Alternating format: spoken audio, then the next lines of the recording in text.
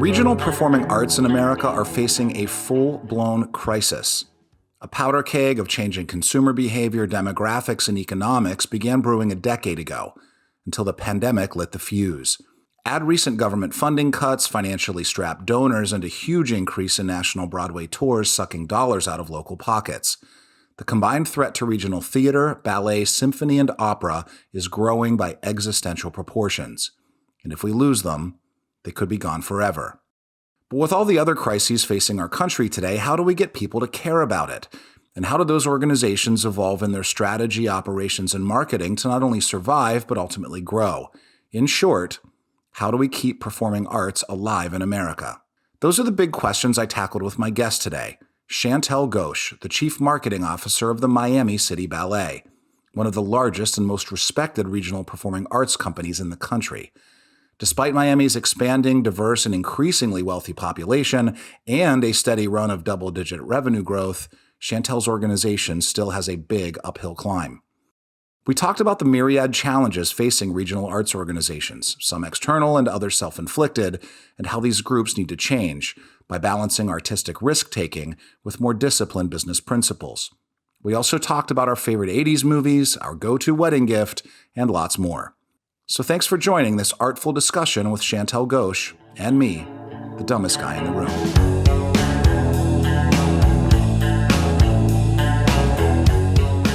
Chantell, it is great to see you. How is the lovely city of Miami today? It is hot and fantastic as usual. We had our first real frost here. So as you know, I spent a little bit of my life in Florida, and growing up here, the cold never bothered me.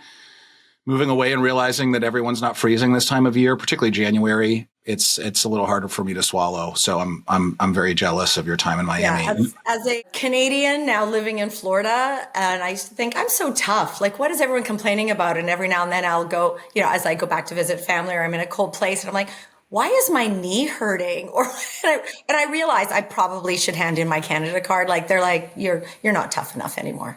Yeah, right. Well, born and raised where we get used to it, and then we realize that not everyone is suffering. So we're going to start with a game, and it's not, I would say it's something of a somber game, but we're going to do it anyway. I want the two of us to come up with the longest list we can cite of all the external, macro, environmental, small e challenges facing the regional performing arts. Yes, I'll go first. In no particular order, is the competition for people's attention and changing kind of consumption and lifestyle, media consumption and lifestyle habits of consumers or audiences. You go next. I would say the removal of arts and cultural education and integration into curriculum for the younger generation. Okay. Reductions and or threats of reductions of government funding and support for regional and the arts. Definitely that. Also, the aging population of our average audience, particularly in, I would say, formal performing arts such as symphony, ballet, opera.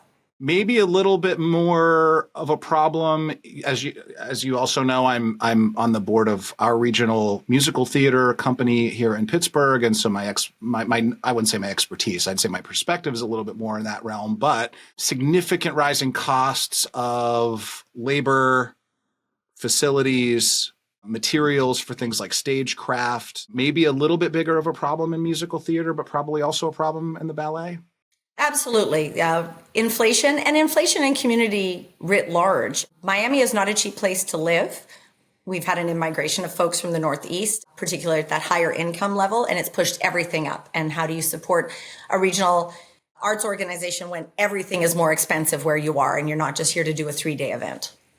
Right. So it's a long list, some very large, daunting external challenges beyond your control, beyond the organization's control, but the reality of what regional arts is up against. So if I know you've listened to some of our podcasts before, there is a recurring theme that's not entirely an accident. But I have a lot of guests who have some ties to Pittsburgh, sometimes coincidentally, GNC, which happens to be based here. And incidentally, Michael Costello, who's the the CEO of GNC, is based in Southern Florida, but happens to spend 4 days of the week in Pittsburgh because this is where GNC is. I've had Mark Cuban on this year, who was born and raised in Pittsburgh. Perry Sook, born and raised in Pittsburgh. You also have some Pittsburgh connections. You spent some time here. I'd love for you to share a bit about your story to get where you are, because I think what's really interesting is you've had a career that hasn't only been in the arts, which I think really informs your perspective about them.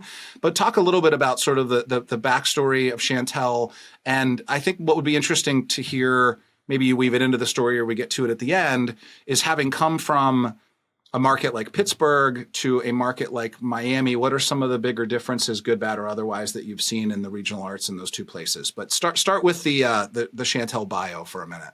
Absolutely. Yes, I've had a nonlinear career trajectory for sure. I was actually trained as a lawyer. I practiced corporate law in Canada for over a decade with a national law firm. And I would say I was a very pragmatic lawyer. And sometimes that's a bit of a challenge because there is, a lack of immediacy in law. It takes forever and you govern your life in 6-minute increments, which was very unappealing to me.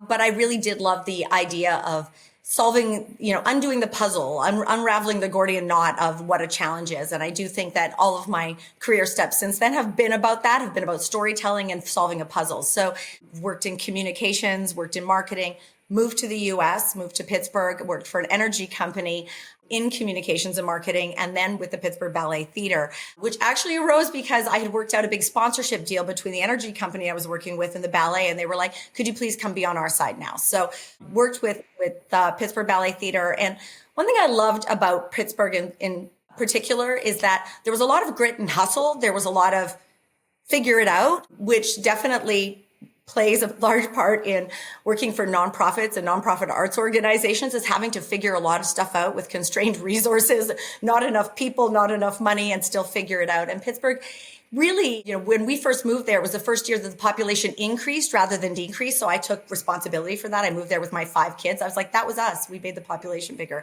But it was really on the cusp of innovation around what was happening with the universities, what was happening with Google, what was happening, building out the campus.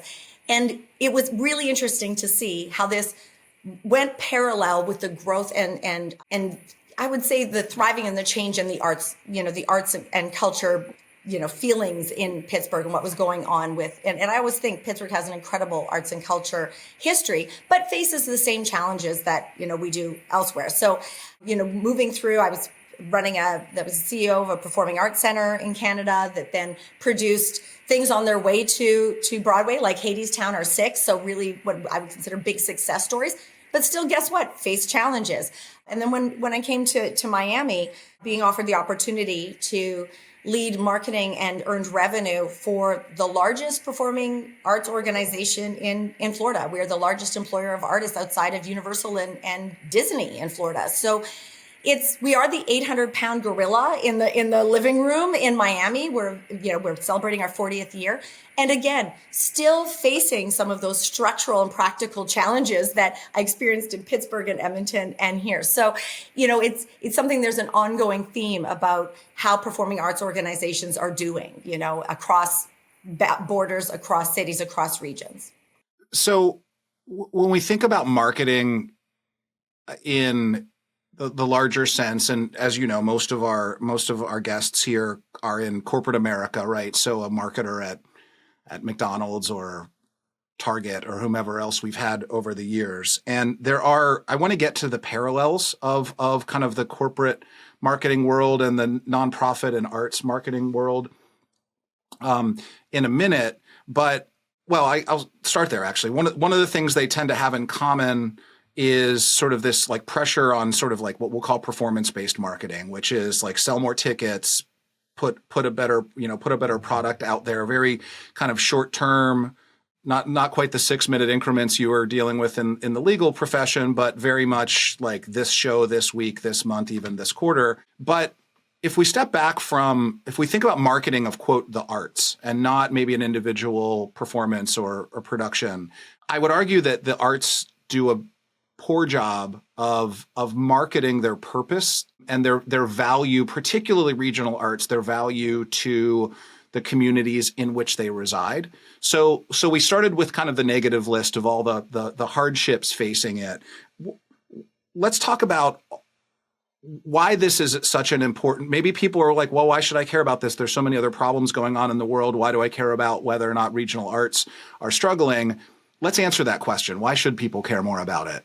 Absolutely. Well, I think, we look at regional arts organizations very much as the workhorses of arts and culture infrastructure. And you have to look at arts and culture infrastructure in the same way you look at other vital infrastructure for a community. So roads, education, healthcare, a really great airport. All of those things are vital to the economic health of a community. And we can talk about the social benefits of arts and culture. And I think all of us could, say around health and connection, a community, and those are incredibly valuable. But if I'm thinking, I've worked in the for-profit world, and I think about how we actually build community that are economically sustainable. Arts and culture are a big part of that. We are, it's a $5 billion economic impact in Miami alone. And if you think about the types of things that attract and retain talent, when people go to look to move, if you're trying to get a VP of something to come to your city and their family looks and goes, we are not moving there. There's nothing there for us. That's a problem.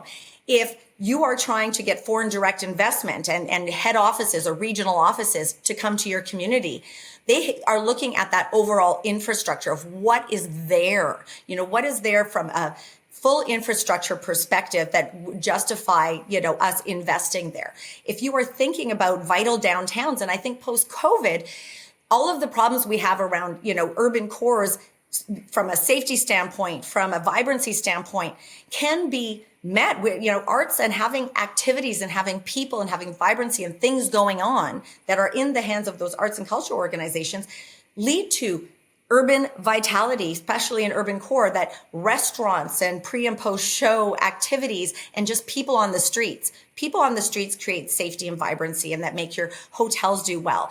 Tourism, all of those kinds of things. If you are not investing in arts and culture and you're not seeing that as part of your 5-10 year plan to build a vibrant community, you're missing out and you're actually not going to be successful. We always think of things like professional sports teams as being so important to those things. We think of things of having these big multi-day events, whether it's F1 or, the US Open or Miami Open, being really important to urban vibrancy.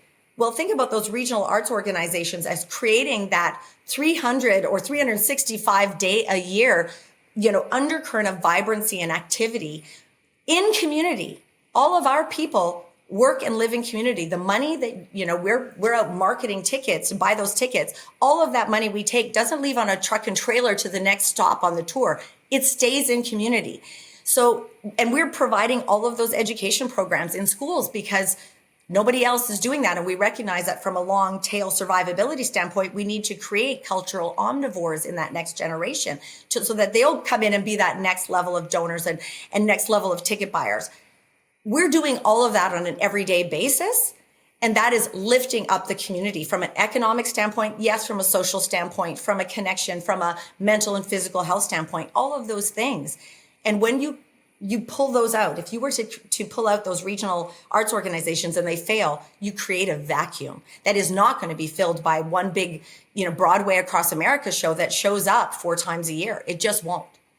I'm glad you mentioned Broadway Across America. I was in the list of kind of existential threats to regional arts. And again, particularly I'd say in musical theater, but it does have a trickle down effect. Look, we know there's a large overlap between people who go see musical theater, who go to the ballet, who go to the opera, there's a huge overlap among that group of people.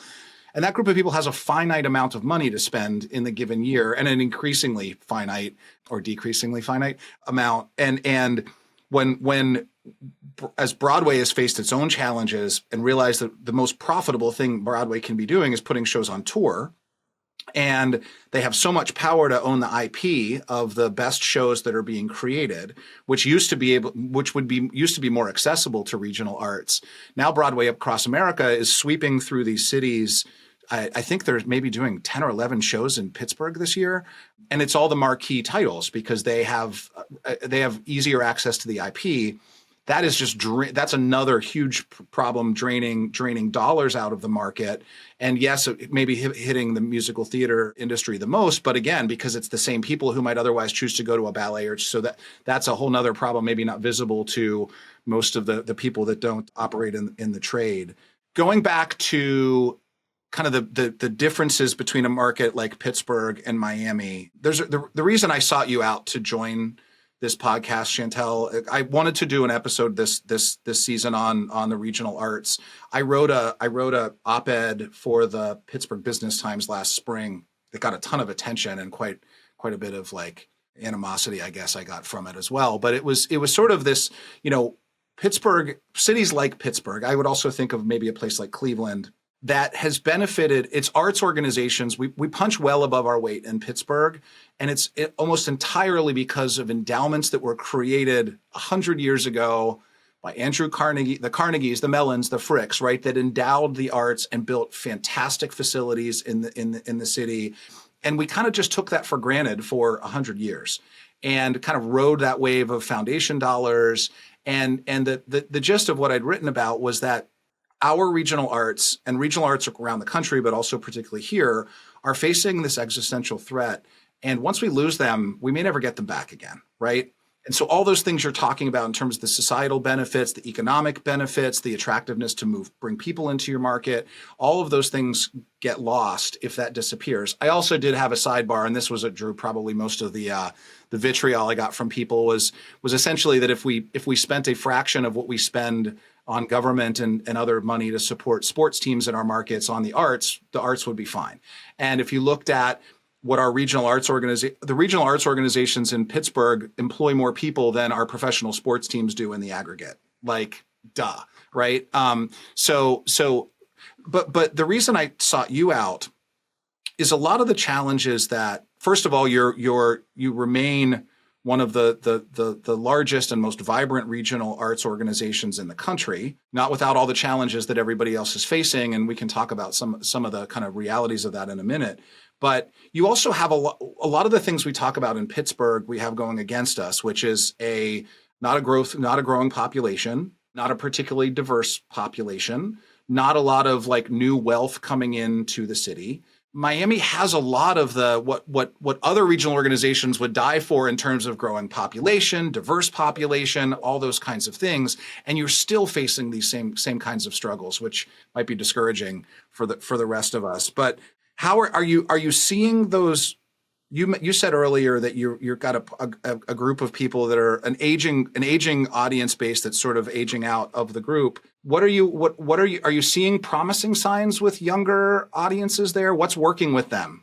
Absolutely. Well, I would say, like, when we talk about being discouraged, let's take the dis out of it. Let's have courage. Let's have courage to interrogate what is working, what isn't working, be prepared to leave things behind. It is an inflection point. We have benefited from the immigration of folks from the Northeast that have come, since 2020 that have come to Miami. And one of the biggest benefits is they are demanding of the community that they live in. They're coming from New York and Boston and Chicago, and they are like, where are the arts and culture? Arts and culture works on a longer tail, right? It's going to take time to build up to what their expectation is, and it's going to take investment. But I think it's well worth it, and we are making the case for that investment. We've already seen it there's a lot more Michelin-starred restaurants in Miami in the last 5 years than there have ever been, because they are demanding that. The cycle of building arts infrastructure does take a longer time, but it's going to take, we can't be constantly eating each other's lunch. And I think this is part of the conversation that, you were alluding to, in that, Broadway across America shows up, and these performing arts centers we are residents in, they have 2,400 or 2,300 seats to fill, and Broadway will fill them. And they are facing the exact same challenges we're facing, only they've got these massive buildings that they have to activate and fill on a regular basis. And we're a big part of that. We are resident companies, and we are, we're guaranteeing that we're bringing them, 50 shows a year, that kind of thing. So we have to really look at each other, not as competitors in this, but in partners in this. And then we have a voice as advocates. So we're really, I'm bullish on Miami. We've got lots of big companies coming here. Like, these are corporate entities that are growing and are the gateway to Latin America. And they are saying, we're here, we're investing, and we are going to invest not only in, bringing people here, is that we recognize that we want a vibrant community. And so we're doubling down on arts and culture organizations. And we recognize that it's not if you're going to do that, pick Miami City Ballet or pick New World Symphony. It's pick all of us, pick the infrastructure. And that's where, we are facing the same struggle, but I feel this is a short-term struggle. And that if we interrogate our business model, if we make sure that our stakeholders, not just, and that's not just our audiences and it's not just our artists, it is the political folks, it is the corporate folks in South Florida now, and we get them on board to build a thing just like they do with sports teams. With sports teams, everybody recognizes that if a sports team leaves a town, that's terrible and they all rally behind it.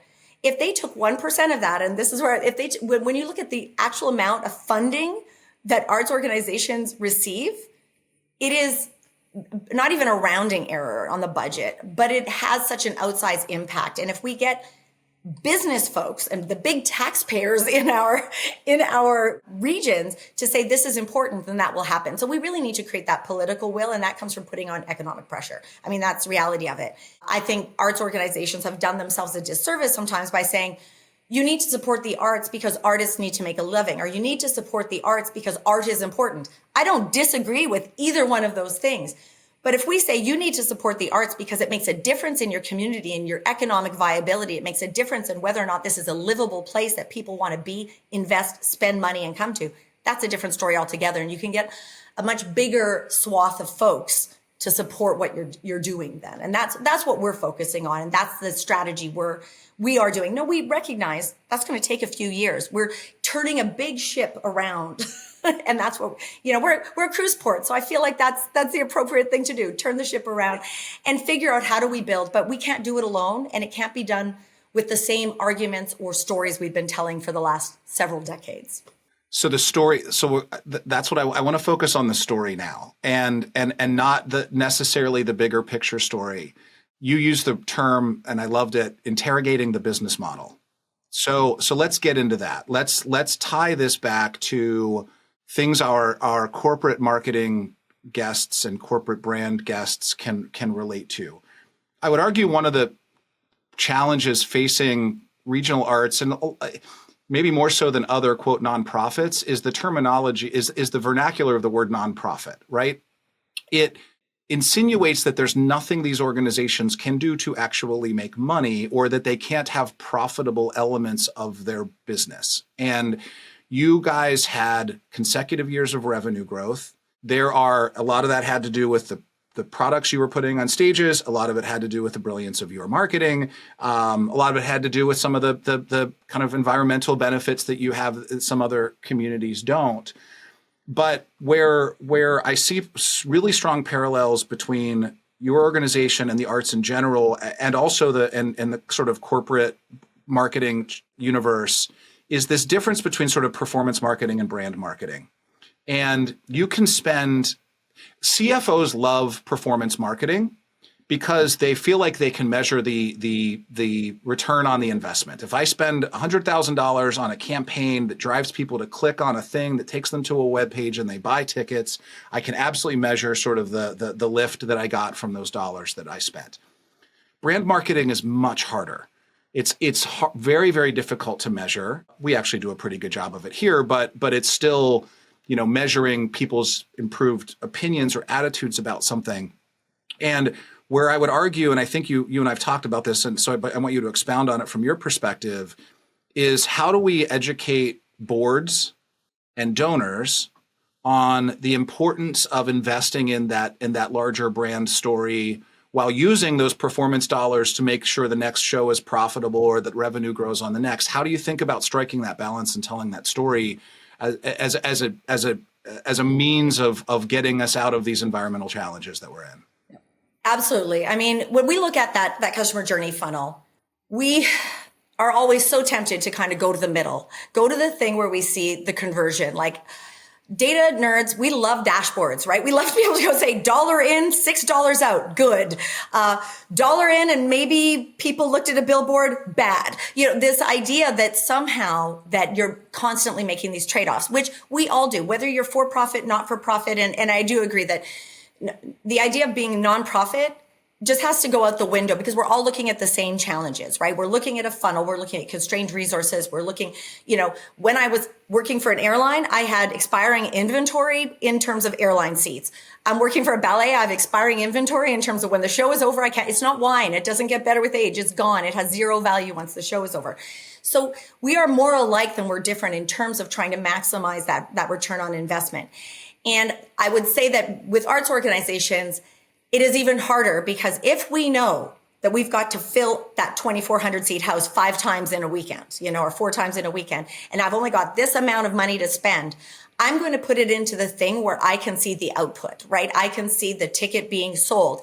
And then we don't invest in that sort of big B brand building top of funnel. And the problem with that is this funnel gets narrower and narrower and narrower. And then when we're working towards that middle of funnel, we're trying to convert fewer people. And we're just constantly working the bottom of the funnel of trying to get those older folks, the folks that already are engaged with us, that have finite attention and money, to engage with us at a deeper level. And yes, some of them will, but it's a slow decline and we're not building. And it also then tackles from a relevancy standpoint. So if I'm trying to build a brand, I'm trying to get to younger people. And really that comes down to programming, that comes down to risk taking. And arts organizations, believe it or not, have a very low appetite for risk because they are really only doing as well as their past performance has done because they're relying on cash flow and all of those things. And they don't have, the same ability to attract, credit, attract capital in the same ways. And we have investors, we have stakeholders, but they're looking for a different return. So it's this constant tug of war. And if we don't say build brand, and that's where we actually need help. And I think that's where, looking at regional, state, federal funding about the importance of the arts, of that arts and culture environment, that ecosystem, promoting regional arts and supporting that without looking for a dollar-to-dollar return helps build the brand of a city. No city without arts and culture as a center of their brand is ever going to be considered world-class. Think of every world-class city in the world people want to go to, invest in, travel to. They all have arts and culture. So it's incumbent upon, and I think that's where regional art organization could benefit from the different levels of government, foundation support, saying we are building a brand for the city that includes arts and culture. And so we're going to provide some dollars, financial support that is just about building brand, that we don't have to then create a report and show metrics on, because like you said, it's very hard. Impressions, brand sentiment at any particular time. I mean, right after we've done Nutcracker and people have gone there, yay, Miami City Ballet is fantastic. And they forget us fairly soon after, if we're not out there talking to them about something other than a show. It's a big challenge. And that's where whether you're for profit or not for profit, you have to be constantly thinking about it's your product. For us, it's programming, obviously, your price, creating things that people care about and getting it in front of them in a broad way. One of the best things any nonprofit, again, I wish we needed a different word for it than that, because the profit's different, right? It's regional. It is very profitable if you think about it from kind of a regional benefit perspective. But one of the things that every organization can work to do a better job of is bringing real business sensibility and experience into the organization, right? An artist organization run by artists is going to have some fundamental challenges that someone like you can come in to help to address. When I look at particularly what's going on right now all around the country, but I see it happening here, as these organizations are again facing the risk of their lights going out, and they're going to foundations and going to other funders and saying, please give us money to keep the lights on. Yes, you may find donors who will do that to just slow the sinking of your ship. But if you cannot go to those same investors, we'll call them investors, not donors, change their mindset to be investors, to say, I have a plan that with this money is going to build for a more sustainable future. And it feels like a lot of organizations right this minute don't have the time and bandwidth to build that story because it's so much about making sure the lights don't go out next month or next quarter. They've got to have a little bit of headroom to say, no, we're actually going to interrogate our business model. We're going to do some zero-based budgeting of all of our operations to come back to you with a plan that says your dollars into our organization are not here to save us. It's an investment in some more viable future. And I applaud your organization for bringing someone like you in who has that business experience, that somewhat entrepreneurial kind of thinking to solve that. Because I don't think a lot of regional arts organizations in particular have that acumen in-house. No, and there is, I will say, a constant tension between that. And so it's business acumen, governance, understanding, how to create a 5 or 10 year strategic plan, all super important. Also, the understanding that, like you said, I believe we have investors, we have shareholders in the arts. They're looking for different types of returns on investments. Their dividends are payable in seeing a thriving arts organization that is growing, that is creating new art, that is exciting. And that's the kind of return on investment they're looking for. And I do think that we have an obligation as an arts organization to not consistently be relying on extraordinary philanthropy. How do we go out and say, look, we want to build this 5 to 10 year plan. We want to build a big, juicy new work that will be both artistically fantastic and will make money. Arts organizations, and I want to say this for all the folks in the back, don't be allergic to making money. Making money, being profitable, even as a nonprofit, is really important because then you take your profits and you reinvest them back into the art and into the artists. So these things aren't in tension with each other. Commercial viability is integral to our success and our long-term sustainability. So doing the big, juicy things that people like, fantastic. You know what's great? When you do things that people like, they pay for it. They come back. They tell their friends. You can do more big, juicy things that people like. So it's not an either or argument of like selling out the art or making money. You can do both, but you have to interrogate your business model and you have to say, we need to, we're committed to having live music at our performances. We're committing to giving, new choreographers a platform to create. How do we do that in a way that connects to an audience? You have to center your audience. You have to center your community. If it's not, I always say that the central rule of marketing is nobody cares. How do you make people care?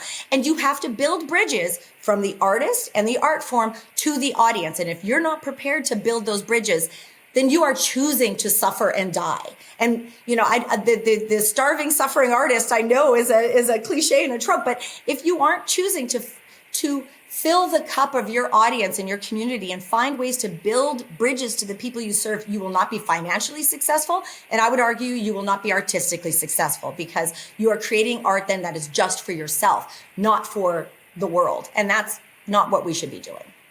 Yeah, we wrestle with that quite a bit in terms of things like show selection of, and even I find myself often rolling my eyes at, we're doing that show again, but it fills the seats, right? It fills the theater. And sometimes you've got to make that the artists who want to do the next avant-garde thing and the risk-taking thing will sneer at we're doing Sound of Music again, right? But if you view I love the Sound of Music, so I don't mean to, it's maybe not the first choice I should have made, but I love it. But it's one of those shows or Annie, right? Every time you do it, people are going to fill the theater for it. And are you really advancing the art form that much? No, but you're also filling the coffers. I disagree with you.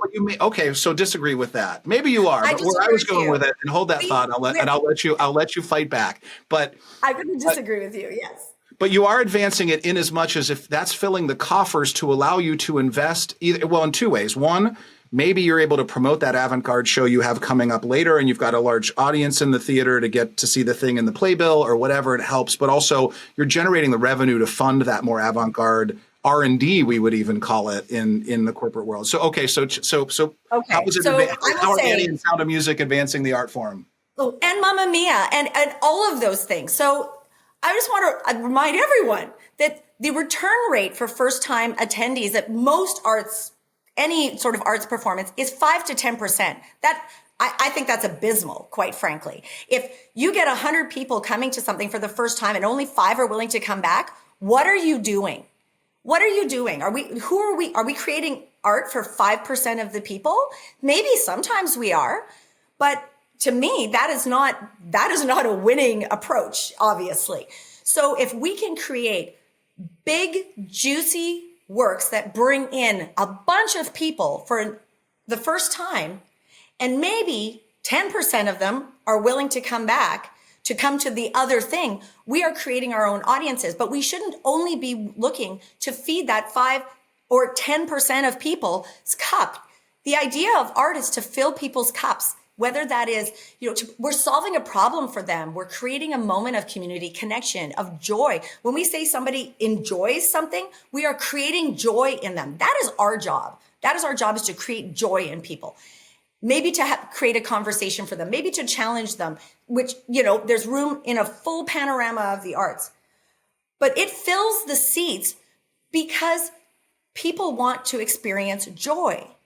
There's lots of ways we can experience chaos and cruelty in the world.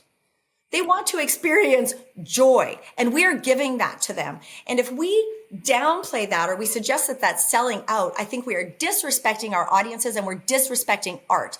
We advance art when people feel connected to an art form. So if they come into a show, whether it's big, juicy musical theater, they're coming to see Mamma Mia because they like the dancing and everybody loves ABBA, fantastic.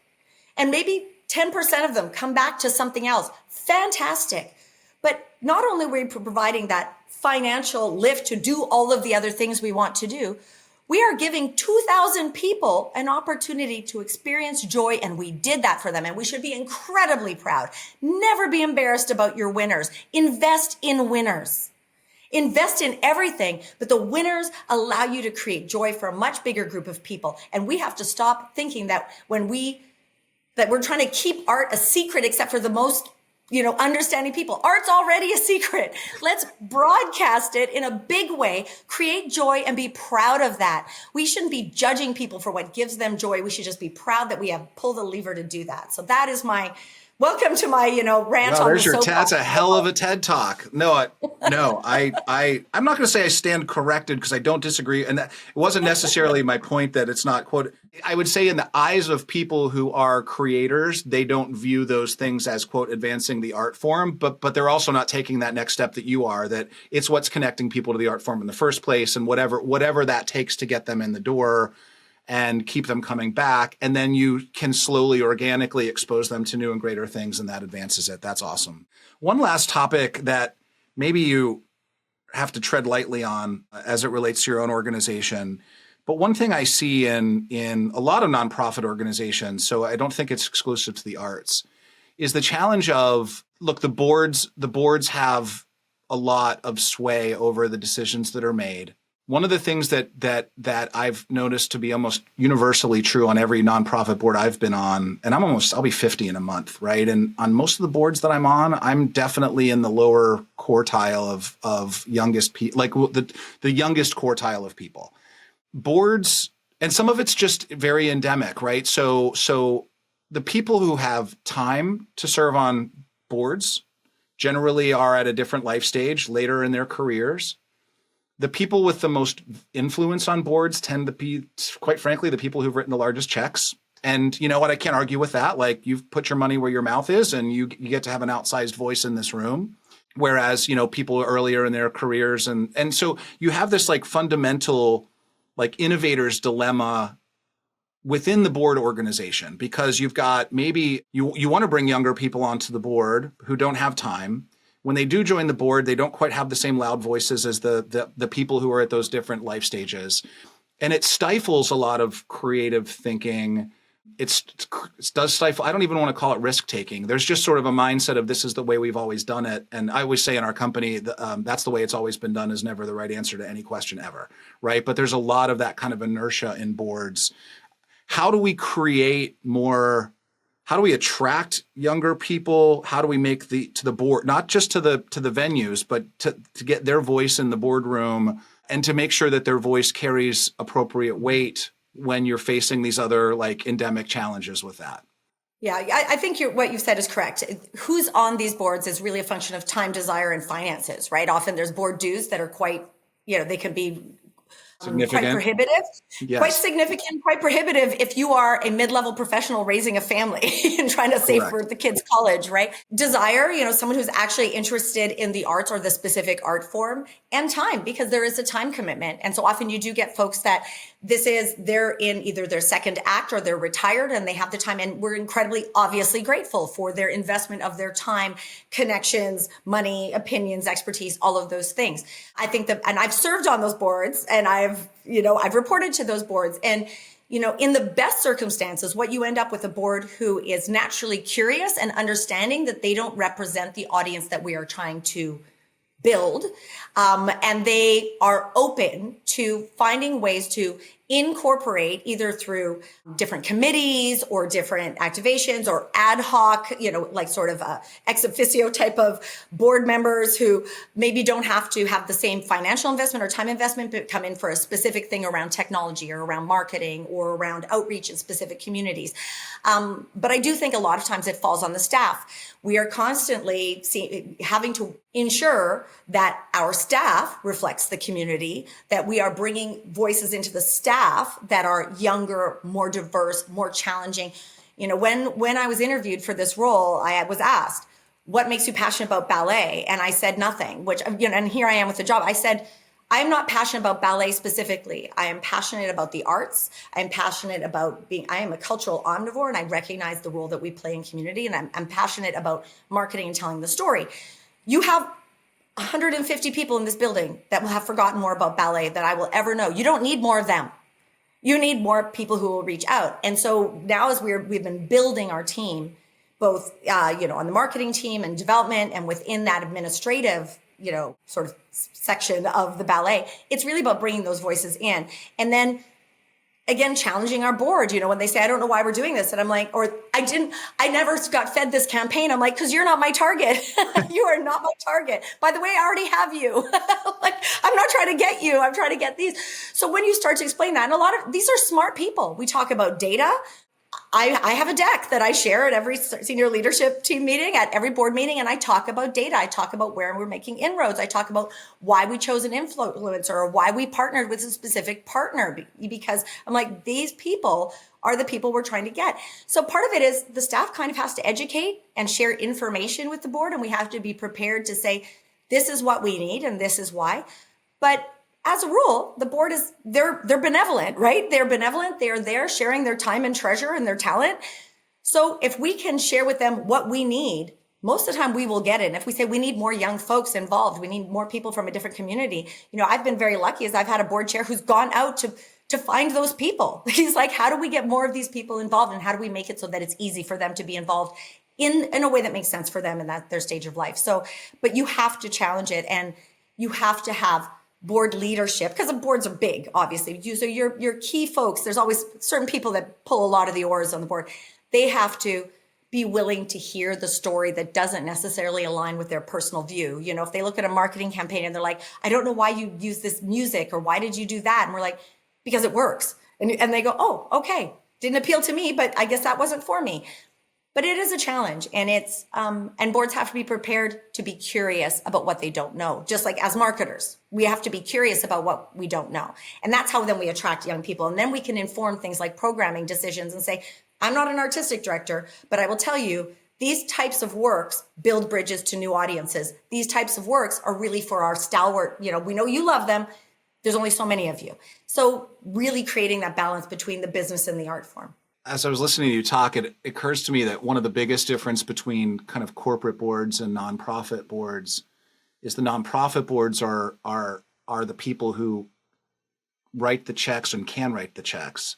Whereas on corporate boards, notwithstanding ones where there's maybe like a big investor who gets a board seat, but the typical corporate board, they're paying people to be on the boards. It's you're kind of flipping it around. Exactly. It's like, so you might get an activist investor who demands a board seat and can have an outsized say. But otherwise, that's none of ours.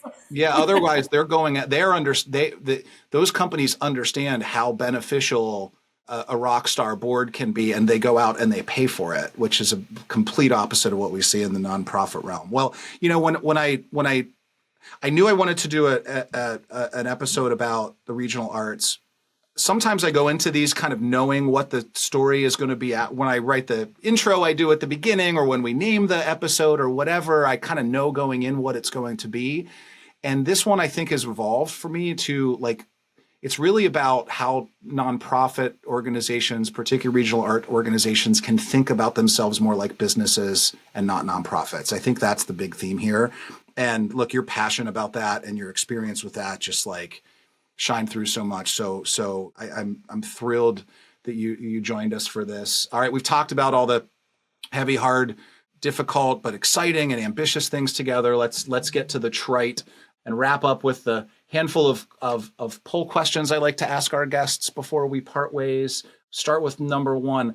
When you attend a wedding, what do you usually give as a gift? The options are something from the registry, cash or a check, or a personal gift not on the registry. I like to do experiential things.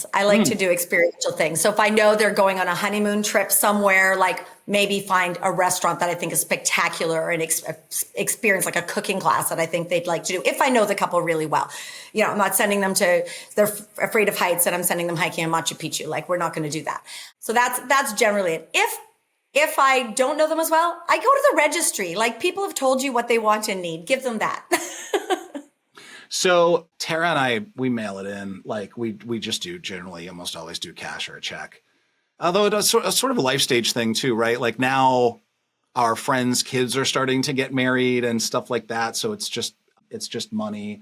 But interestingly, 46% of people say cash or check.